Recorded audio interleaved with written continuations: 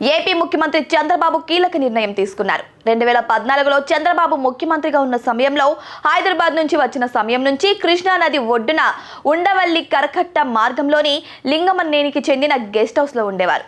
ప్రతిపక్షంలో ఉన్నప్పుడు కూడా తిరిగి అక్కడే కొనసాగించారు.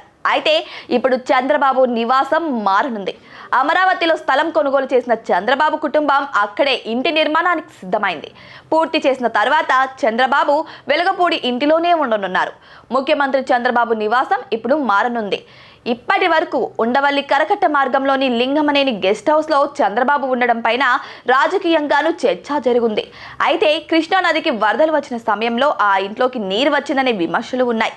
ఇప్పుడు చంద్రబాబు కుటుంబం అమరావతిలోని వెలగపూడిలో 25,000 చదరపు గజాల స్థలం కొనుగోలు చేసింది.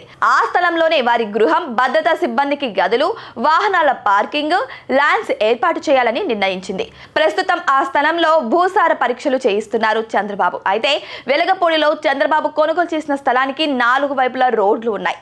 అక్కడే కీలకమైన భవనాలు, గెజిటేటెడ్ అధికారులు, ఎన్జీఓ నివాస సముదాయాలు, న్యాయమూర్తుల బంగ్లాలు, తాత్కాలిక హైకోర్టు, విట్ గవర్నమెంట్ కాంప్లెక్స్ కు దగ్గరలో 2 కిలోమీటర్ల దూరంలో ఈ స్థలం ఉంటుంది. మొత్తంగా 5 ఎకరాల స్థలం చంద్రబాబు కుటుంబం కొనుగోలు చేసింది. దీనికి సంబంధించి త్వరలో రిజిస్ట్రేషన్స్ కూడా జరగనున్నాయి. దీంతో ప్రస్తుతం ఉంటున్న నివాసం ఖాళీ చేయనున్నారు చంద్రబాబు.